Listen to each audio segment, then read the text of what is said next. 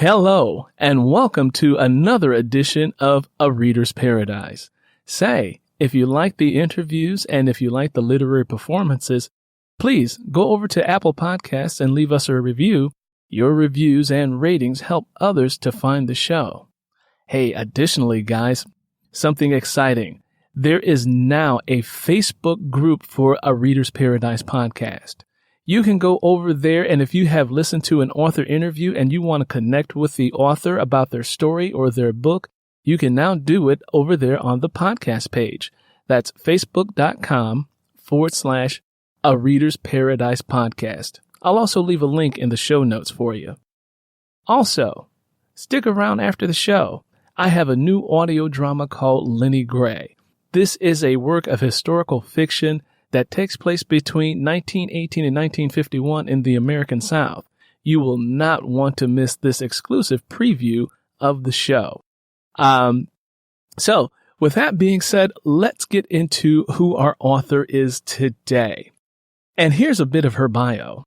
Originally from Brooklyn, New York, with parents from Trinidad and Tobago, Cassandra Charles graduated with a BA degree in Mass Media Arts at Morris Brown College in Atlanta, Georgia, where she resided for many years and now has her master's degree in adult education. Cassandra always wanted to write a book, but hesitated for many years. She suffers from adult dyslexia. She never allowed her disability to hold her back on anything, and she finally completed her first book, her first book called Jamie Reynolds Chronicles, Lust and Lies in 2015, Secrets Revealed in 2016, Pillow Talk in the spring of 2018, Too Good to Be True in the fall of 2018, Pillow Talk 2, which is forthcoming later this summer. Now, with that introduction, I would like to give the microphone over to Cassandra. Cassandra, welcome to the show. Thank you so much for having me. You're welcome. Tell us a little bit more about you. Besides the writing, you have any hobbies you'd like to do? Are you a swimmer, a skater, a biker, closet dancer? Well, I am an avid runner. I used to be an avid runner. These knees not really feeling the running anymore. But I've done about 3 half marathons. The last one I did was back in March here in New York, and it was amazing. I'm also a big traveler. I love to travel with parents from the islands. Obviously, the islands are my favorite. Not a big swimmer, but, I can save my life if I get put in the water. And just reading and writing, of course. Oh, okay. So we share that we have that thing in common. We're both runners. But I do triathlons. So I know, yeah. Oh, no, haven't done that yet. It's not for the faint of heart. It's really not. I would imagine, yeah. But, this morning, I start my day every morning with a run. And so this morning I ran 4 miles this morning. I was slacking this morning. Okay. But that's how I start my day every day. Every day I'm up at 4:30 in the morning, getting in a run, rain or shine. That's what I do. That's what I do. And I am not that dedicated with the rain. It will keep me indoors for sure. but the shine, I'm out there running with you. Okay, wonderful. So really quickly, you're an author. You're a fairly new author. Am I correct? Yeah. This is all new to me. I've been doing this officially as a self-published author since 2015.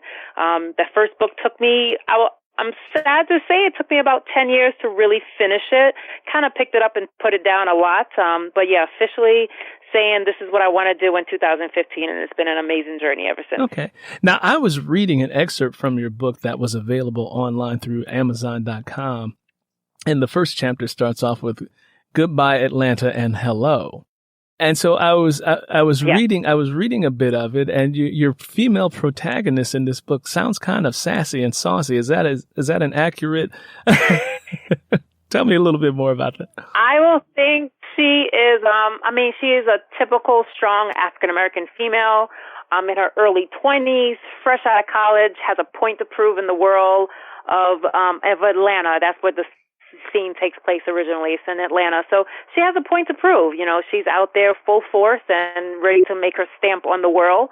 A little naive, as most of us are when we first get out into into the workplace, straight out of college. But she has a little spunk to her for sure. A lot of the readers can definitely relate to the character for sure. Yeah, she has a whole lot of feistiness in her. And as I was reading, I was like, "Woo, she's a bit of firecracker here." She does not hold back. She does not seem to have a filter.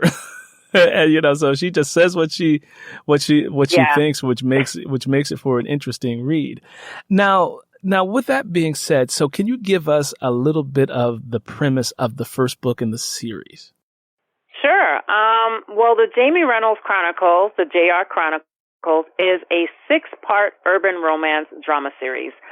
So my book in itself is pretty much a 10 to 15 year time span of one individual character. So out of the 6 books, you follow her through love, through financial hardship, through relationships, through moving, family dynamics, personal struggles, mental issues, a little of everything that one individual, whether you're, in your 20s or in your 30s or even your 40s, have gone through at some point in their lives. So this book really channels the inner African-American female that goes through a struggle of just finding herself and just being present in a world that it's a little hard to kind of get through every now and then. Okay. So give the readers an idea, so that we don't speak in such broad terms, of like one of the struggles this character has to go through, whether it's financial or love. I think love is probably, as I said, it is an urban romance drama series, so love is definitely going to be the biggest one. She's fresh out of college, and in book 1, Lust and Lies, she meets a really well-spoken individual that kind of sweeps her off her feet, and she just kind of falls for it, and she goes for it. She has a lot of going on in her life throughout that time, and that individual came at the right place at the right time. But I don't want to give too much of the book, but in book 1, obviously the title is called Lust and Lies. So there's a lot of learning that she has to go through with that individual. A lot of it was not truthful, and he definitely, as men tend to do sometimes early on in the relationship, he definitely told her all the things that she wanted to hear. And as she surrendered a lot of herself into that new relationship, she realizes that she kind of missed her old life. She kind of missed an old relationship that was a little bit more stable. And again, this is in book 1. He's a little bit more stable, and she kind of wishes she was in that relationship. So she's kind of in a little bit of a triangle between 2 individuals, one who's more of the blue-collar worker, and the other one who's a little bit more successful. However, he has a child, and she is not in the forefront of his mind at times.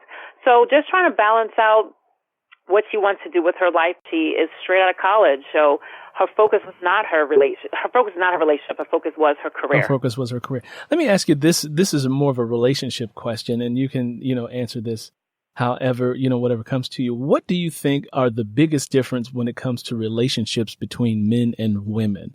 Like,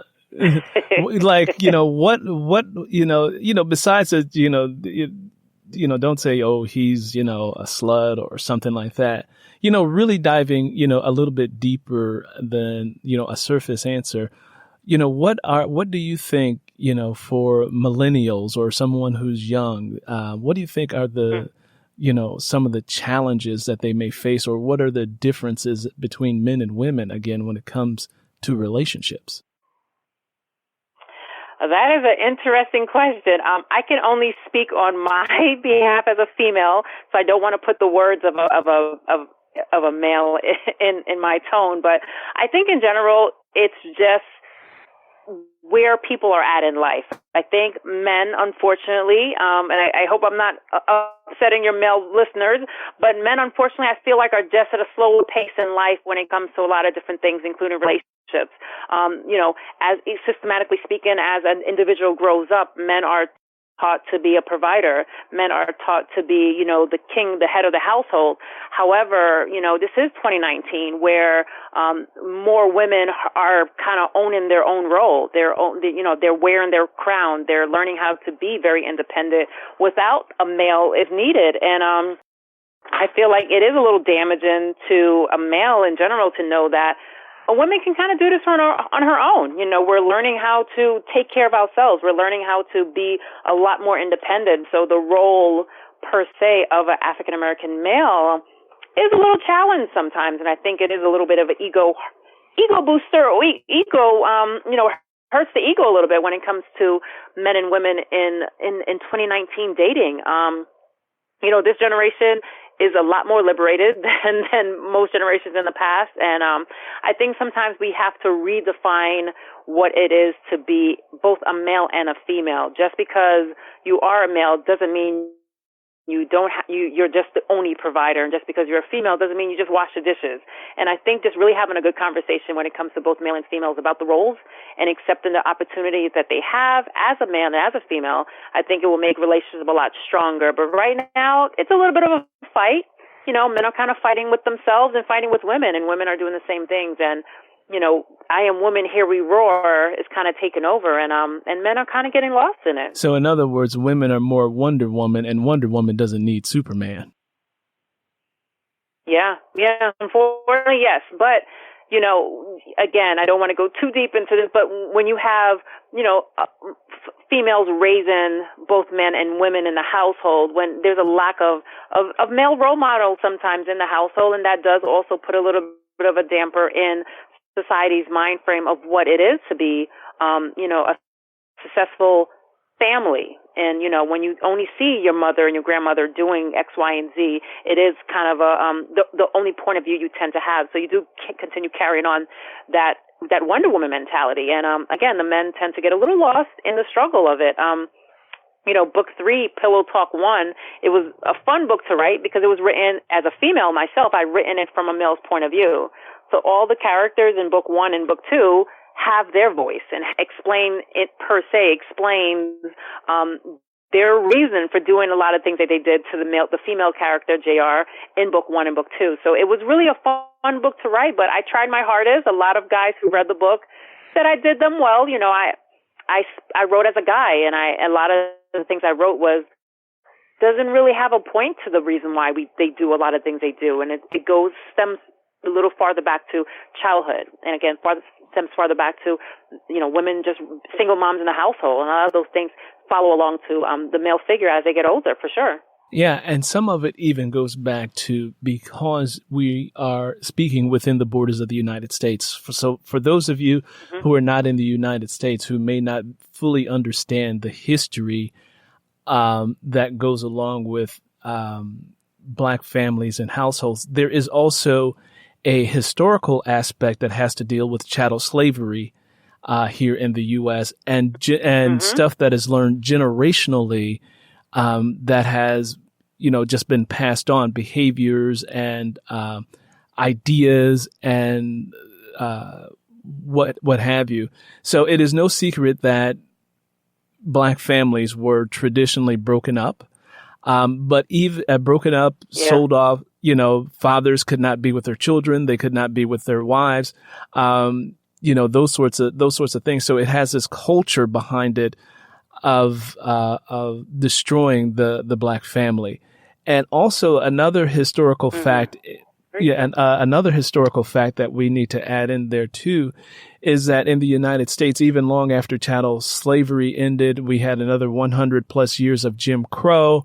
And then in the early 1970s, there was this big movement where drugs were flooded into the Black community because of scarcity, lack, and things like that. But even through all of that, societal destruction of the Black family, we still believe in love. We still believe in taking care of our children. We still believe in trying to change the mental bondages that were passed down to us generationally.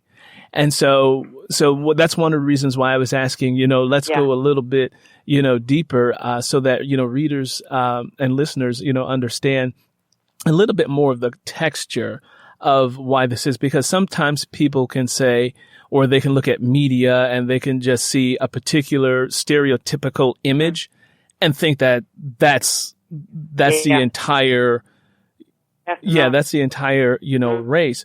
But that's the danger of a single-sided story. When you just take one thing about a people and then you magnify it and make that one thing the whole story. that's what becomes, the issue. So I wanted to, throw that out so that, readers can really, listeners and readers can really let that, circulate in their mind. Now, let me ask you this next question. For this book, Lust and Lies, the title of itself, really speaks to, or it suggests that, that people are still learning the difference between love and lust, or are they just lying because of their lust? How did you come up with the title? How did you come up with a title like that, and why did you choose that particular title? So that's a great question. I actually always finish my book, and then I'm like, okay, when am I going to title it? And it's a little bit of an anxiety moment for me because I never know what it's going to be titled. And then I realized, how can I sum up what a person in her 20s, straight out of college, and in a relationship mentally between two different people, how do you go ahead and sum it up? And I was looking for something catchy, and Lust and Lies kind of came to me. It was just one of those things where if you read through the book, you would actually see that, a lot of the things that were said were a little deceiving to the main character. So that's the lies. And, lust, obviously there was a lot of sexual connotation written in the book, just to make it a good read. So there's a lot of sexual connotations written in the book, and that's where we're getting some of that lust, and love, as well as the lies come together in the book. And that's when I kind of came up with the title. Okay. All right. Wonderful. Now, where did you get the idea for this book? Because a lot of writers, they want to write, but sometimes they can't fully give birth to an idea, or it's a half of an idea or something like that. So take us through your journey of creating this particular work. Yes.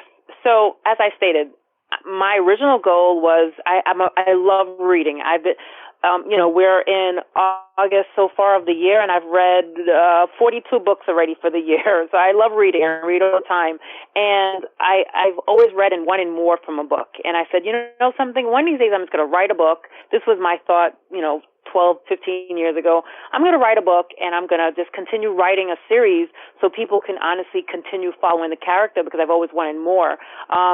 And initially, Jamie Reynolds Chronicles was supposed to be a 3-book series. It was going to be Lust and Lies, and then 2 more books to kind of have a middle and an ending. And I just kept going with it. The foundation behind the book, I honestly always say it is between myself and my circle of friends' life. What I've done is I kind of sat back and watched as all the things that we've gone through as females in the last, 15, 20 years. And I kind of put it all in one book, in one character. I've watched my friends as well as myself go through love, go through financial hardship, go through, career changes, go through, moves, lost loved ones, a lot of different things that they kind of went through. And I felt it was really important to channel all of them within one particular character. And that's kind of where we got the Jamie Reynolds Chronicle at. It is loosely based on my life, as people who know me personally will be like, I remember this. That actually happened, or this didn't happen. So it is loosely based on my life. And then, of course, just to add a spunk and some drama to it, I tend to kind of just go a little bit deeper into it and make it just fun and very relatable to everyone who reads it. Okay, wonderful. Now, let me ask you this. You said something that was really interesting to me that a lot of people may not understand. In order to be an excellent writer, you have to be an excellent reader. And I like the fact that you said that you're an avid reader. So with that being said, one of my other questions that was going to happen later down the line, but since you brought it up, let me ask you, do you have a favorite book or a favorite author that you always recommend to people? I have to take it back to the basics, and The Coldest Winter Ever and Be More Careful, hands down, is 2 probably best books ever written in the world. They're great reads. You really read them, and these are urban series. When you actually read them, it puts you right in the moment of that book, and that's a timeless book that you can read.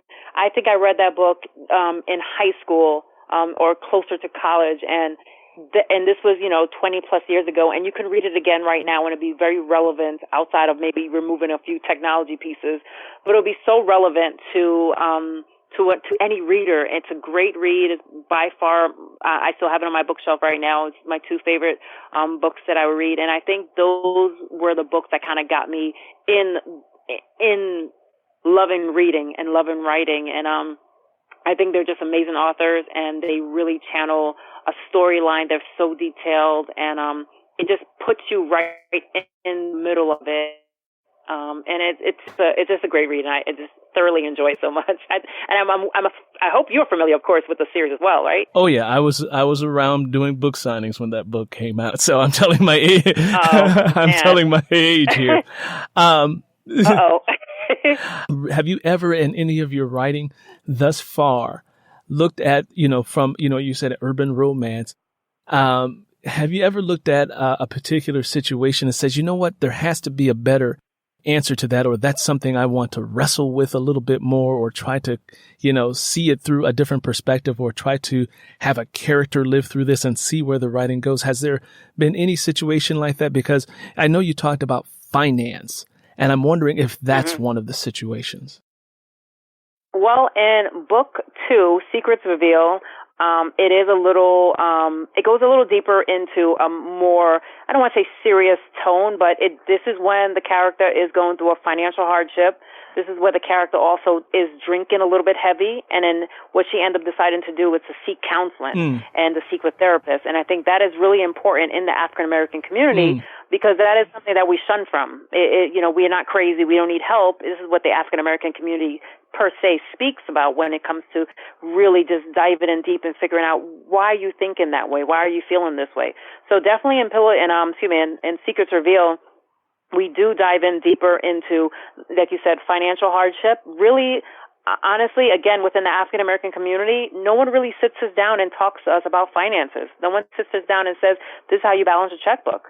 This is how, you save your money. This is what you have to do with your money. So learning early on, this character learns early on financially that she hits a financial point of how to get out, how to put herself in a better financial situation, how to budget money, when she didn't have money, how did she eat? How did she pay her bills? And then it leads to a little bit of depression, and it leads to a little bit of drinking. So it just and then again, she seeks help for it. So she wants to find help. She wants to get help. And it's really inspiring to know that other females in the book series are encouraging her to talk to someone, encouraging her, supporting her financially, both emotionally, spiritually, and financially, helping her go through what she's going through at that present moment. So I think that is really, really important. And then even though book 6 is not written yet, book 6, I do want to dive in deeper into mental illness. There's going to be a character that's going to suffer from a little bit of mental illness, and that I feel like it is really important. Again, not just seeking assistance, not just systematically within the African American community, but also within a male of the African American community. I think it is kind of something that is never really spoken about. Females, again, we are in a different light, and we tend to uplift ourselves a lot faster than an African American male. So it is really important as well to eventually touch on that subject matter when I get to book 6, about really knowing that you need some help, and really knowing that seeking help is a good thing, and really seeing your team surround you with positive, attributes for you to get to a better place in your life. So those are some of the things that I want to eventually touch in book 6, but in book 2, yes, there is those components for sure. You just dropped a huge, wisdom bomb there that I think it's, very important to take a bit of a deeper look at, and that is, therapy within the African American community. You are so right. It is, we as a people don't realize, I think, to a certain degree that, we do need to go through some kind of counseling to help us deal with the stressors and the pressures that life puts on us. And also, again, looking at a historical context, we went through, as a people, hundreds of years of abuse and emotional trauma. And when we were eventually emancipated, there was no therapist coming to say, okay, let's help you deal with all of this emotional trauma. That did not exist. There was no one when you went through Jim Crow South and, all of that segregationist and all that. There was nobody there to say, hey, we're continuing to traumatize, this group of people. No one cared about that. And then we as people felt like if we went to see a therapist, something was wrong with us. Something was wrong. And people look at therapists like you're crazy. No, there are things that happen in your life that can happen in your life where you may have trouble coping. It doesn't mean that you're crazy. It just means you need some additional psychological tools to help you get through it. Like, for example, if when you become a certain age, or like I'm a man of a certain age, and my parents or my father started aging and his needs went up. And so I had to go seek therapy to deal with an aging parent who needed me more than I was able to give. So, that doesn't make me crazy. That makes me, trying to seek additional help to help me cope with, this particular issue. Or if you lose a child, God forbid that happens, you need help. You need help with that. And I think you're so right to, try to address an issue like that, to perhaps give people a different way of looking at what therapy can be. And it's not this you're crazy kind of thing, or you can't handle it, or for men, you're not tough enough, or you haven't buried enough of your emotions, that sort of thing. And that's one of the things I teach men. It's like, men, you have to be emotionally intelligent, especially when it comes to relationships, because a woman will ask you, well, what are you thinking, or how you feel? And most men will say nothing or I don't know. Yeah. And so when you're having a relationship with somebody, you have to have that good communication, and you have to know what all your ranges of emotions are and not be afraid to express them, because sometimes I think men fear that if we express our emotions, that women will think we're punks, that we're weak, or that we're a mama's boy, or that we're a crybaby. But then if we hold it in and we don't let that out, then we become explosive. And then we say, what's wrong with you? You're crazy. Well, because, all of that stuff we're suppressing, it's like, holding for a guy, holding onto his emotions, like trying to hold a gorilla in a trash can. That gorilla is going to come out. But if you let that, let that gorilla come out and express itself and say, hey, I'm feeling frustrated right now, or I'm feeling angry right now, or I'm feeling melancholy right now. Because we're all going through various states of emotions all day long. And that stuff has to be blown off somewhere. It has to be expressed somewhere. And it can't just be expressed through the act of sexual activity, because I think that's what a lot of men do. They take all of that emotion and then they say, okay, I need to go have sex because sex is going to make me feel good, and forget about these emotions. Or they may turn to some other alternative. I need to get high so I don't have to deal with my emotions, or I need to drink so I don't have to deal with my emotions. So, and your emotions are directly influenced by what you're thinking. And, that's just, so that's why I said, the wisdom that you just unpacked there with, African American community seeking therapists, and then incorporating that into your story is a very powerful thing to do, so that people can see and understand that. So let me ask you this question. This is a writer's question. What is your writing process like? Do you get up at like 4:00 in the morning to write, or do you go to the coffee shop to write, or do you have to like do an Indian Hopi rain dance before? What is your? I always tell people first of all, I always encourage people. People always say, what do I do? I said, just write. That's the best advice I can give any writer, is just to write. I have no rhyme, no reason. I have no notepad. I don't have an outline. I literally take my own advice and I just write. Me and my laptop, we go everywhere together. I am the most inspired when I'm, believe it or not, at the airport or traveling to a destination. I can tell you each book where I was at when I started it or finished each book. I love to travel, so I somehow take my laptop with me and I figure out a way to pair the two together. I'm at the airport aggressively writing, or I'm reading, or I'm inspired when I look around, or you'll find me on a balcony with a glass of wine at somebody's resort, and I'm doing some writing and reading there. It's a very, I have to be in a relaxed mindset to really write. I don't think I can write in a chaotic atmosphere. I am not the coffee house writer.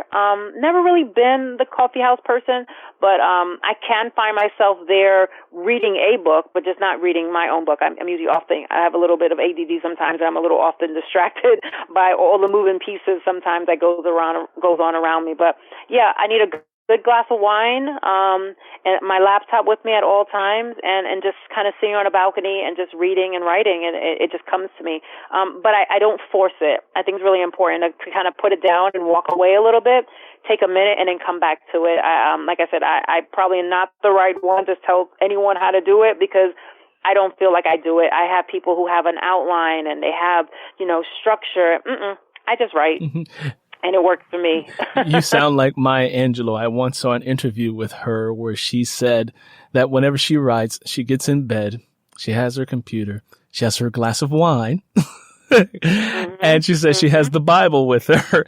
And so, oh wow, okay. And so she says, that was her writing process. And so the interviewer said, "Oh, the wine helps you to come up with words." She says, in her Maya Angelou's voice, she says, "Most certainly, my dear."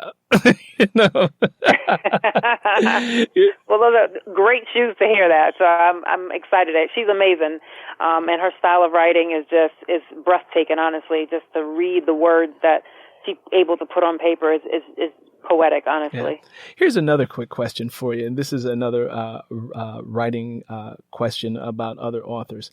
Has there ever been a book that you read that was so good, but you could not believe it did not get the publicity or accolades that it should have? In other words, was there a book that you read that you said, "Oh my God, this book is so good, I don't know why it's not on the New York Times bestsellers list"? Yes. So my 2019 goal was to read nothing but African American indie authors. I feel like I am an African American indie author. I wanted to support my group of individuals. So I literally went through the last, like I said, I've read, I just hit 41, I believe. Just hit 41 books, I think 2 days ago, when I just finished wrapping up a book 2 days ago. And this is what I've been reading. And I don't want to say everyone, but these writers that I'm reading are amazing. And I honestly feel like I'm in the class, I'm in the wrong group sometime. To even be in the category with some of these writers is amazing. They do great works. I'm trying to think of the one individual. She has a 5-book series, and I'm trying to think of the name. And her series is amazing. I just lost my train of thought in the name of the book itself, but her series is amazing, and she actually was very helpful. I'm always willing to go to any author, again, via social media, and say, "Hey, how did you get started? How did you get to where you're at? Can you tell me a little bit more of like what can I do?" And I want to learn and grow from these authors. And even though she's an indie author, she definitely helped me with basic stuff. And one of the things that she did tell me, and I'm going to get her name soon, but one of the things she did tell me was utilize social media. I was kind of shy with social media for whatever reason, and a very private person, a very private individual altogether. And she said, no, use it to your advantage. Go out there and, share your story and talk a little bit more about who you are, what you're doing, and share that. And you'll be surprised. You have a lot of people who actually supports you and who actually is excited about your work. And her name is, I was looking for her name, so I do apologize. Her name is Sims is her last name, author Sims. I'm trying to get her first name. I'm so sorry. That's fine. Her series is called Anonymous. I do remember that. The series is called Anonymous, and it's a great series that she has. It's called Living Anonymous, Nice, Still Anonymous, and Unrevealed. And her series is amazing. And her last name is Sims. And I think her books should literally be on a New York bestsellers list for sure. But there's so many other authors that I think are really, really cool. There's one author called Misha Turner. Her books are a little on the edgier side if you can handle it, but her series is more what we call a street lit, and her series is very edgy, and it will make you very upset with the world once you read it, but it's a really good read. It's so many great authors out there. I don't want to just pick out one or two, but they're really out here doing a really good job, just really writing and diving in deep. And I wish I could give all of them credit to be, New York bestsellers, including myself, because I do think my series is pretty cool. But yeah, there's so many amazing writers out there, honestly. And even when I meet someone who is, still, even though I consider myself to be new to the game, I guess I am a little bit more seasoned since I have a couple of years under my belt. I even try to help them. I had one author the other day who asked me if I can read her series and, read her book. I read her book and I finished it yesterday, one day. And I just said, I want to give you just positive feedback. I don't think your book was ready to be published. And that was hard for me to say because I am not an experienced publisher or experienced author.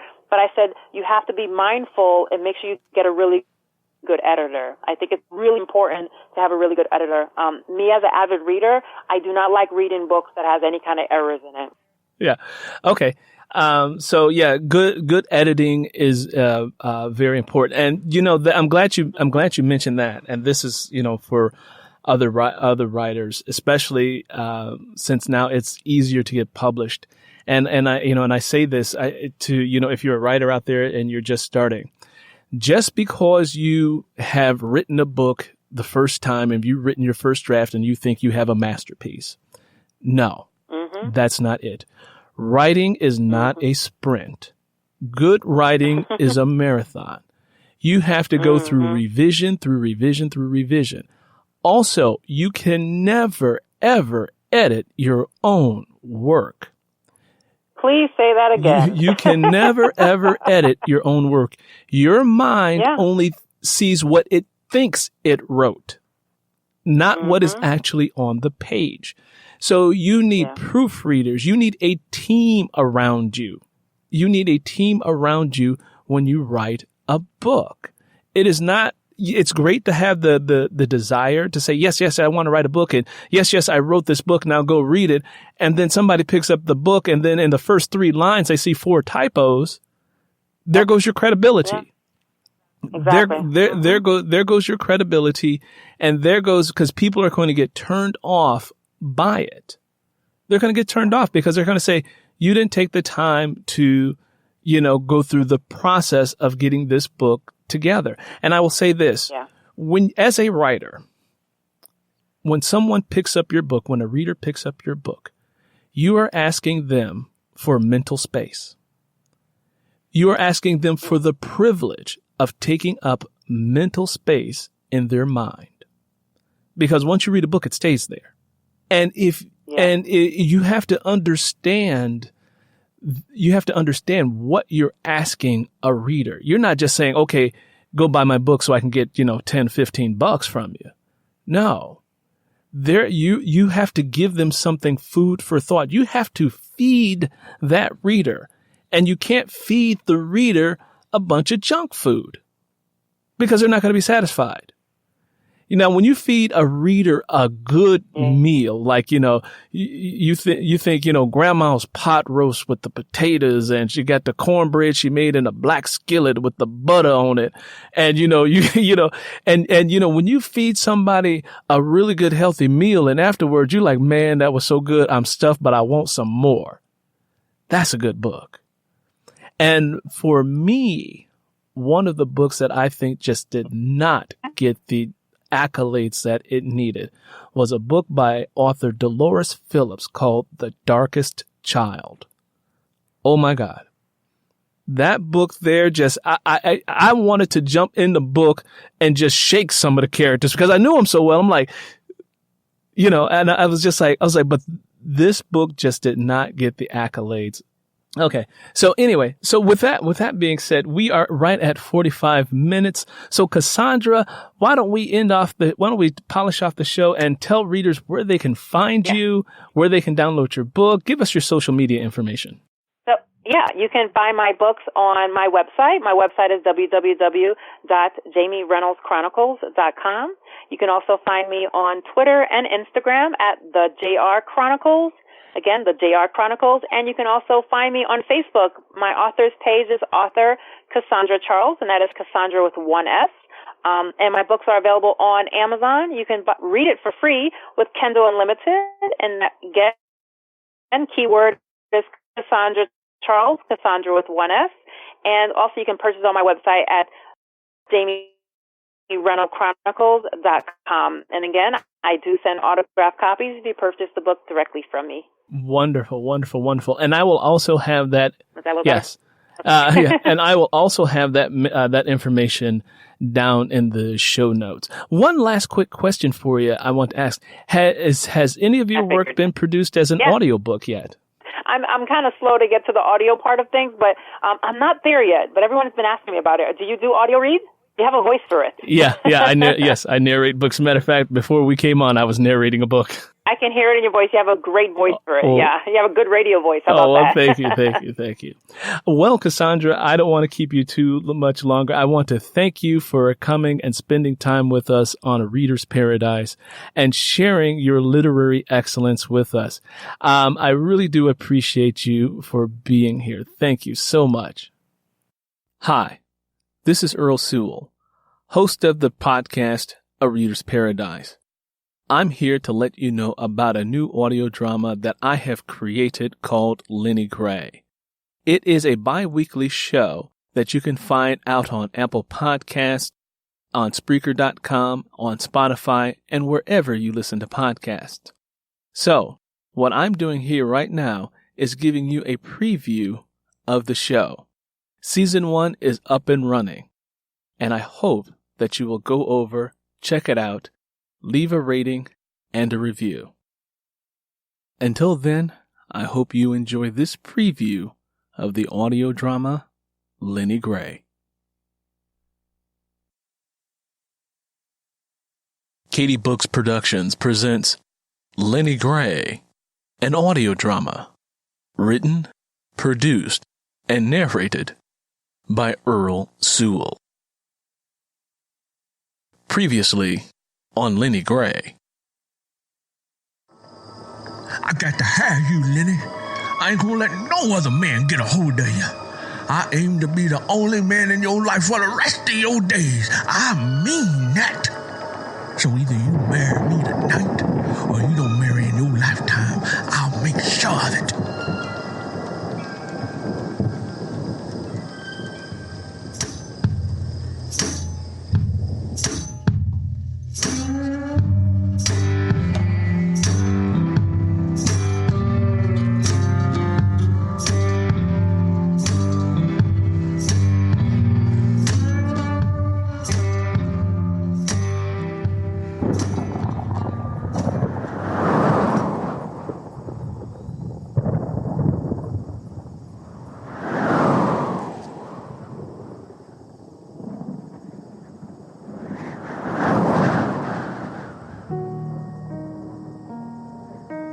There was an ultimatum in Curly's voice and an uncompromising fire in his eyes.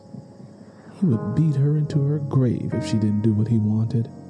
And Ida, his mean-spirited mother, would stand by and allow him to do it. Both of them had caverns of blackness so deep in their souls that even the light of God couldn't reach the bottom of them. He'd hit her before for trying to break up with her.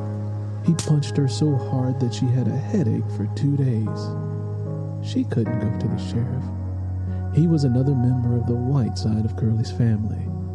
Besides, Sheriff Quinney cared as much about a colored man beating his woman as he did about shooting, hanging, or placing a colored person in jail.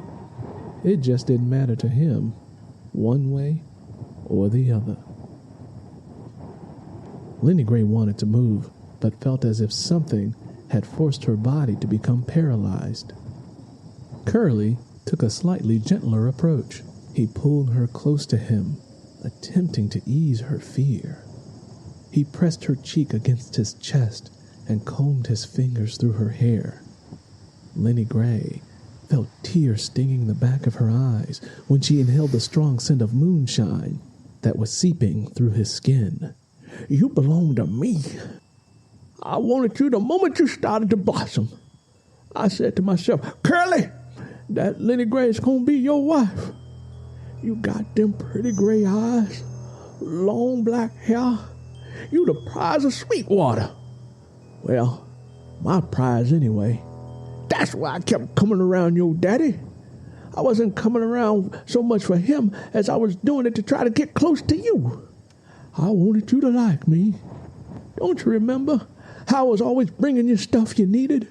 If you needed new shoes that your daddy couldn't afford to get right away, I helped him out. In fact, I'm the one who got you them shoes you got on your goddamn feet now. Most folks around this town ain't never gonna know what it feel like to have shoes on their feet. As the preacher still in the wagon, boy. Lenny Grey looked into Ida's face, which had an impatient expression.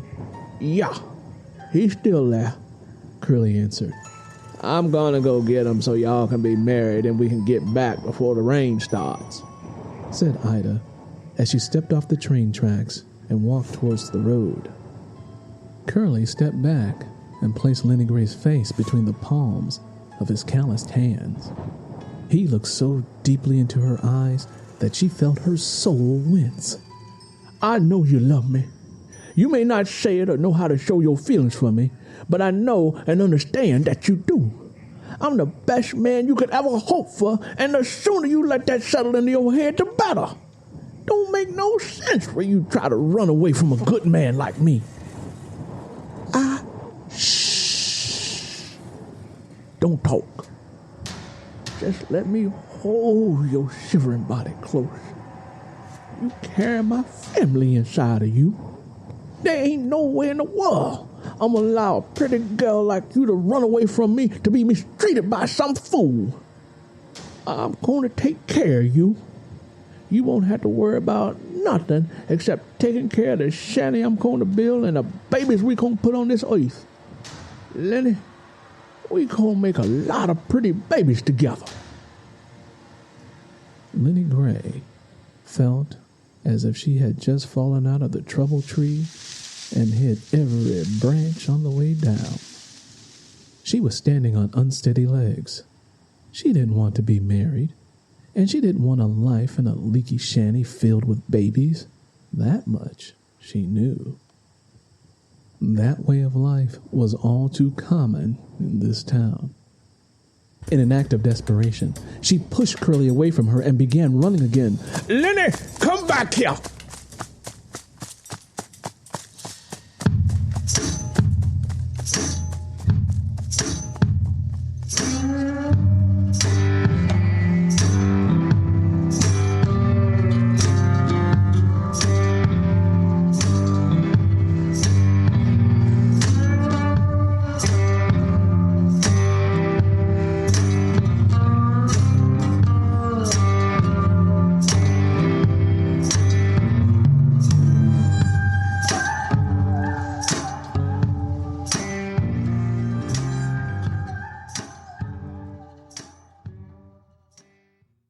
Marshall Turner's life is a dream come true. He has a successful law enforcement career, he's married to a woman he passionately loves, and he has a daughter who makes his heart swell with pride. Then, in the blink of an eye, tragedy strikes when Luther Parker, a drifter, kills Marshall's beloved daughter and flees into hiding. But living as a fugitive is never easy, especially since Marshall and the police had launched a massive manhunt to track him down. But Marshall has to decide whether to bring Luther to justice or have his vengeance. In Have Mercy, the national best-selling and award-winning author Earl Sewell delivers it all with his riveting tale full of intrigue and suspense. Download your copy of Have Mercy today, exclusively on Amazon.com.